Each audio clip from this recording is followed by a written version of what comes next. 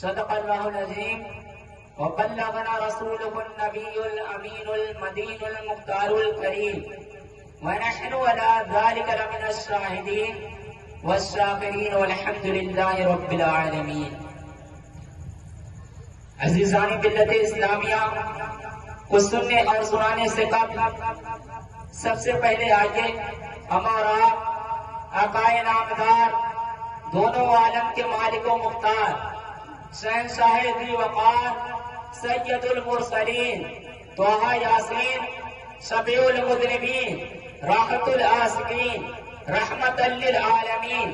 مراد المشتاقین، نور کے پیکر، تمام نبیوں کے سرور، دو جہاں کے تاجور، مولائے کل، ختم رسل، دانائے سبل، آقائے نعمت سرکار دو جہاں صلی اللہ تعالیٰ علیہ وآلہ وسلم کی بارگاہ میں اپنی غلامی کا ثبوت دیتے ہوئے عقیدت و محبت کے ساتھ درود شریف کا ہدیہ پیش کریں۔ آواز والد پڑھیں، اللہم صلی علی سیدنا مولانا محمد وعلی الجود والکرم مربع العلم والحکمت والحکم وعلی وصحابہ بارک وسلم صلو علیہ الصلاۃ والسلام علیک سیدی یا رسول اللہ صلی اللہ تعالی علیہ وسلم۔ قد جاءکم من اللہ نور وکتاب مبین، بے شک تمہارے پاس اللہ تعالیٰ کی طرف سے ایک نور آیا اور روشن کتاب۔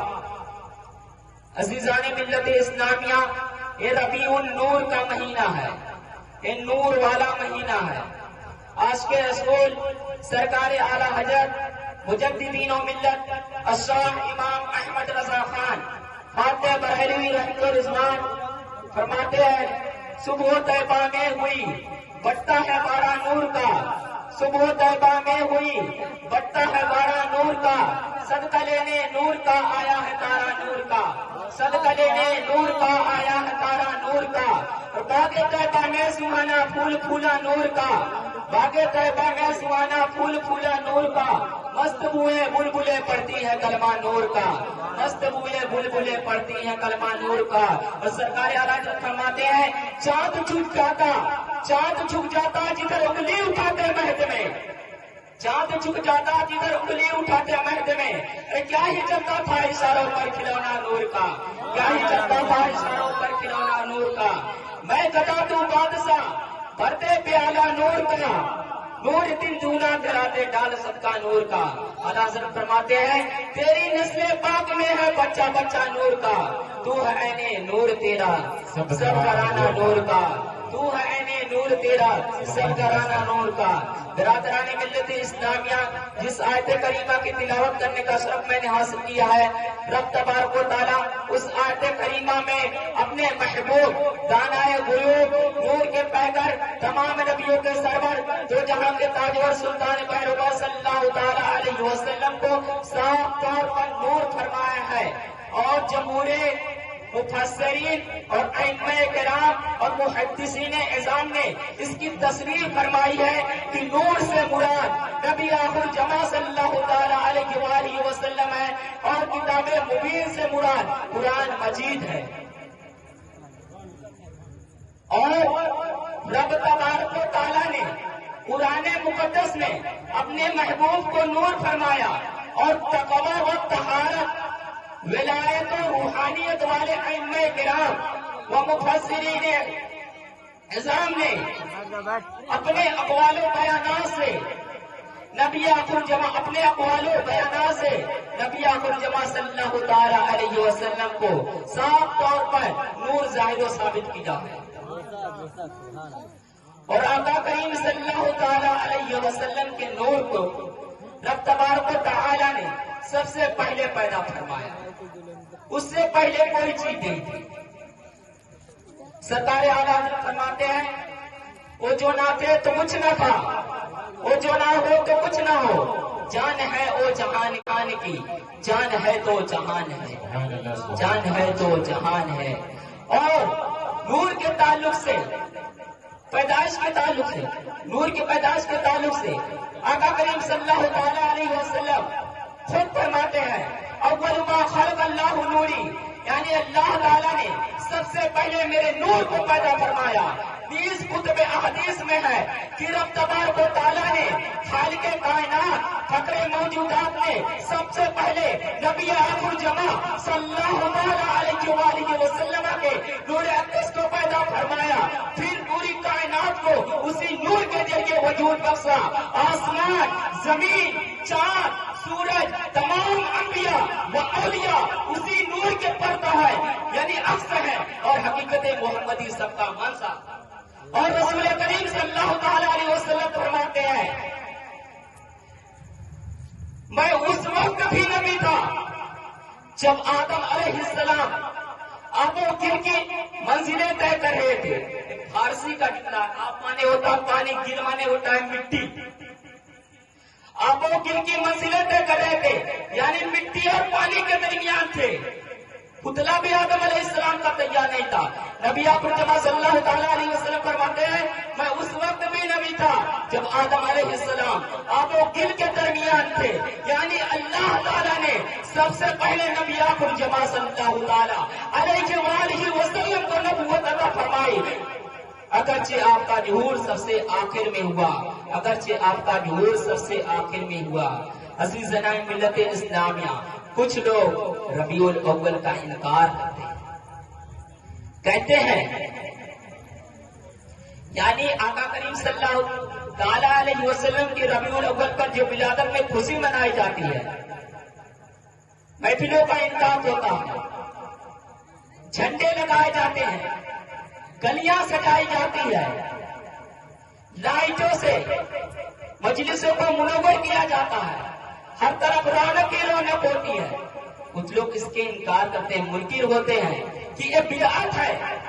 شرک ہے، کہتے ہیں اس میں کتنا بڑا ثواب ہے وہ نہیں جانتے ہیں، کتنا ہم لوگوں کا فائدہ وہ نہیں جانتے ہیں۔ ارے ولادت کی، آقا کریم صلی اللہ تعالی علیہ وآلہ وسلم کے ولادت کی خوشی کا اظہار جب ایک اتنے بڑے کافر نے کیا تو اس کے عذاب میں تخفیف ہو گئی، یعنی کمی ہو گئی۔ وہ ابو لہب تھا، ابو لہب بہت بڑا کافر تھا جس کی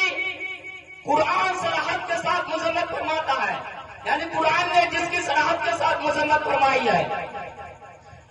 جب آقا کریم صلی اللہ تعالی علیہ وآلہ وسلم کی ولادت ہوئی تو ابو لہب کی باندی سویبہ ابو لہب کو خوشخبری دی کہ یہ عبداللہ کے گھر لڑکا پیدا ہوا ہے۔ تو ابو لہب نے انگشتہ شہادت، شہادت اس انگلی کو کہتے ہیں، وسطی بیچ کو کہتے ہیں، اور ایک میں ہے افضل کو بھی کہتے ہیں۔ انگشتہ شہادت اور وسطی کے اشارے اپنی باندی سویبہ کو آزاد کر دیا۔ حضرت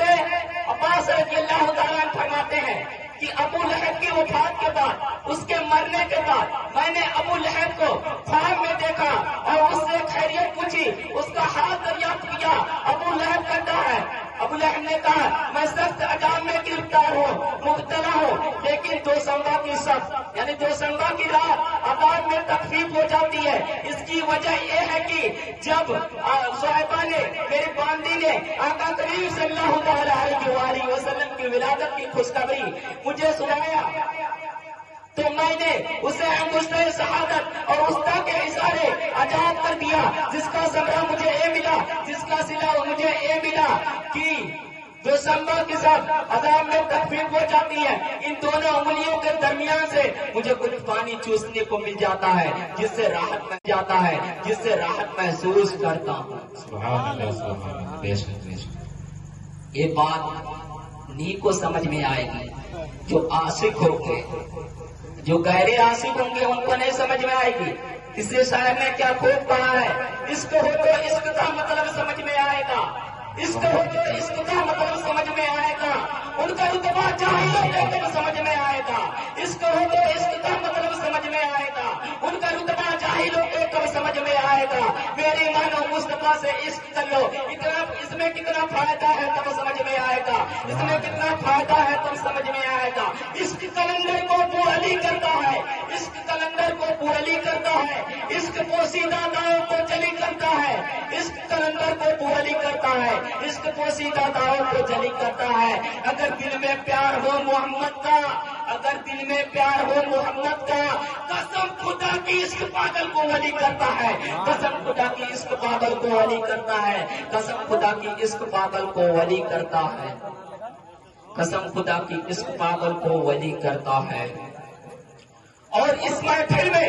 اور جہاں بھی ربیع الاول پر محفلیں رچائی اور بسائی گئی ہے، اس میں جو چمک دمک ہے، روشنی ہے، اور جو بھی چیزیں لگی ہیں، وہ سب صرف میرے مصطفیٰ جان رحمت صلی اللہ تعالی علیہ وآلہ وسلم کے ذریعے، آقا کریم صلی اللہ تعالی علیہ وآلہ وسلم کے واسطے ہی نہیں۔ یہ چمک تو ہے، چمک دمک ہے، میرے نبی آخر جماعت صلی اللہ تعالی علیہ وآلہ وسلم کے واسطے ہے۔ اور آج کے رسول سرکار اعلیٰ حضرت مجددین و ملت الشاہ امام احمد رضا خان خادم بریلوی رحمت رضوان نے اس میں شاعری کی اس کے بارے میں، اور ایسی شاعری کی کہ لوگوں کی عقلیں تنگ ہو جائے، میں وہ شاعری آپ کے سامنے پیش کرتا ہوں۔ اعلیٰ حضرت فرماتے ہیں، یہ سبا سنت وہ کلی چمک، یہ چبا چاہت لب جو جھلک، یہ مہک جھلک، یہ چمک دمک، سب اسی کے دم کی بہار ہے۔ نعرہ تکبیر، نعرہ رسالت، سرکار کی آمد، سردار کی آمد، نعرہ تکبیر، نعرہ رسالت۔ یہ سبا سنت وہ کلی چمک، یہ چبا چاہت لب جو جھلک، یہ مہک جھلک، سب اسی کے دم کی بہار ہے، یہ چمک دمک سب اسی کے دم کی بہار ہے۔ یہ سمن یا سسن یا سمن، یہ بنفس سنکن و نستر ہے، کل سر میں لالا بھرا جمن، وہی ایک جلوہ ہزار ہے، بادم جھکا لو سر ملا کہ میں نام لوں کل باد کا، کل تر محمد مصطفیٰ چمن ان کا پاک دیار ہے صلی اللہ تعالی علیہ وآلہ وسلم۔ بسرتے سلمان فارسی رضی اللہ تعالی عنہ کے بارے میں جان لیں۔ ایک عاشق رسول ان کے اسلام لانے کا واقعہ سماعت فرمائیں۔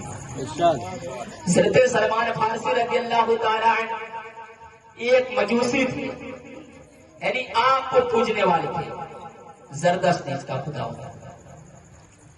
حضرت سلمان فارسی رضی اللہ تعالی عنہ نے کافی عمر پائی اور دین مجوسی کو چھوڑ کر دین نصارہ اختیار کیا، یعنی عیسائی بن گئے۔ نصرانی عیسائی کو بولتے ہیں، دین یعنی عیسائیوں کے دین کو اختیار کیا، اور انہوں نے علماء یہودی تو آپ سب جانتے ہیں، علماء یہود اور نصارہ کے علماء نے سے سنا تھا کہ خاتم الانبیاء مبعوث ہونے والے ہیں اور ہجرت کر کے مدینہ المنورہ تشریف لائیں گے۔ اس لیے حضرت سلمان فارسی رضی اللہ تعالی عنہ نے مدینہ کی راہ لی، اور راستے میں کئی جگہ بکے بھی۔ جب آقا کریم صلی اللہ تعالی علیہ وآلہ وسلم ہجرت کر کے مدینہ المنورہ میں رونق و فروز ہوئے، یعنی تشریف لائے، آقا کریم صلی اللہ تعالی علیہ وآلہ وسلم کی تشریف آوری جب مدینہ المنورہ میں ہوئی، جب یہ خبر حضرت سلمان فارسی رضی اللہ تعالی عنہ کو ملی، وہ ان دنوں ایک یہودی کے غلام تھے، وہاں سے نکلے اور غلام تھے، وہاں سے نکلے اور خدمت رسول میں حاضر ہوئے، کچھ چیزیں پیش کی اور کہا یا رسول اللہ یہ صدقہ ہے، قبول فرمائیے۔ آقا کریم صلی اللہ تعالی علیہ وآلہ وسلم نے فرمایا کہ میں صدقہ نہیں کھاتا، مجھ پر حرام ہے۔ دوسرے دن حضرت سلمان فارسی رضی اللہ تعالی عنہ خدمت رسول میں آتے ہیں، حاضر ہوتے ہیں اور کچھ چیزیں پیش کی اور کہا یا رسول اللہ یہ ہدیہ ہے۔ آقا کریم صلی اللہ تعالی علیہ وآلہ وسلم نے قبول فرما لیا، اور پھر ایک دن جا کر آقا کریم صلی اللہ تعالی علیہ وسلم کے پشت مبارک پر مہر نبوت دیکھ لی اور فوراً مسلمان ہو گئے۔ حضرت سلمان فارسی رضی اللہ تعالی عنہ نے یہ سب اس لیے کیا کیونکہ حضرت سلمان فارسی رضی اللہ تعالی عنہ کو معلوم تھا کہ نبی آخر جمعہ صلی اللہ تعالی علیہ وآلہ وسلم صدقہ نہیں کھائیں گے، ہدیہ قبول فرما لیں گے، اور ان کے پشت مبارک پر مہر نبوت ہوگی۔ آقا کریم صلی اللہ حضرت سلمان فارسی رضی اللہ تعالی عنہ کے اس عمل سے اس بات کی تصدیق ہو گئی، اور آقا کریم صلی اللہ تعالی علیہ وآلہ وسلم نے حضرت سلمان فارسی رضی اللہ تعالی عنہ سے فرمایا کہ اپنی آزادی کی فکر کرو۔ حضرت سلمان فارسی رضی اللہ تعالی عنہ نے اپنے مالک سے کہا کہ کچھ مال لے کر مجھے آزاد کر دو۔ اس نے 40 اوقیہ، جیسے آج کے ڈیٹ میں کلو گرام چلتا ہے، اس ڈیٹ میں یعنی اس دور میں زمانے میں گرام نہیں اوقیہ چلتا تھا، ایک پیمانہ ہے۔ 40 اوقیہ سونے کی حضرت سلمان فارسی کے رضی اللہ تعالیٰ عنہ کے مالک نے 40 آزادی کے لیے 40 اوقیہ سونے کی شرط رکھی، اور یہ بھی شرط رکھی کہ 300 چھوہارے کے درخت لگائے جائے اور وہ اسی سال برابر ہو جائے، یعنی ان میں پھل آ جائے، یعنی کھجور یعنی چھوہارے کے درخت میں پھل آنے میں یہ عمر بیت جاتی ہے۔ لیکن مالک کونین نبی آخر جمع صلی اللہ تعالی علیہ وسلم نے جا کر خود اپنے دستے مبارک سے کھجور کے درخت لگائے، یعنی چھوہارے کے درخت لگائے، وہ سب اسی سال برابر ہو گئے، مگر ایک درخت برابر نہ ہوا، یعنی اس میں پھل نہیں آیا۔ وہ حضرت عمر رضی اللہ تعالی عنہ نے لگایا تھا، آقا کریم صلی اللہ تعالی علیہ وسلم نے اسے اکھاڑ کر دوبارہ لگا دیا، وہ بھی اسی سال برابر ہو گیا، اور غنیمت میں ایک انڈے کی مقدار سونا آیا ہوا تھا۔ آقا کریم صلی اللہ تعالی علیہ وسلم نے اسے سلمان فارسی کو دے کر کہا کہ اسے دے کر آزاد ہو جاؤ۔ حضرت سلمان فارسی رضی اللہ تعالی عنہ نے رسول کریم صلی اللہ تعالی علیہ وسلم سے عرض کیا، یا رسول اللہ 40 اوقیہ سونے کی شرط ہے، یہ کیا کافی ہوگا؟ آقا کریم صلی اللہ تعالی علیہ وسلم نے اپنی زبان مبارک اس سونے پر پھیر دی اور برکت کی دعا کی۔ حضرت سلمان فارسی رضی اللہ تعالی عنہ نے جب اس سونے کو وزن کیا تو 40 اوقیہ تھا، نہ کم تھا نہ زیادہ تھا، اسے اپنے مالک کو دے کر حضرت سلمان فارسی رضی اللہ تعالی عنہ آزاد ہو جاتے ہیں اور خدمت رسول صلی اللہ تعالی علیہ وسلم میں آ کر رہنے لگتے ہیں۔ میں اپنی گفتگو کو اس شعر کے ساتھ ختم کرتا ہوں، میں وہ نکما ہوں، میں وہ نکما ہوں جس کے جھولی میں کوئی حسن عمل نہیں، میں وہ نکما ہوں جس کے جھولی میں کوئی حسن عمل نہیں، مگر حضور احسان کر رہے ہیں خطائیں میری چھپا چھپا کر، مگر حضور احسان کر رہے ہیں خطائیں میری چھپا چھپا کر۔ مجھ سے گفتگو کرنے میں جو دوران گفتگو کوئی خطا اور لفظ ہو گئی ہو، رب تبارک و تعالیٰ اس سے معاف فرمائے، میں توبہ کرتا ہوں۔ استغفر اللہ ربی من کل ذنب واتوب الیہ وما علینا الا البلاغ۔ السلام علیکم ورحمۃ اللہ تعالیٰ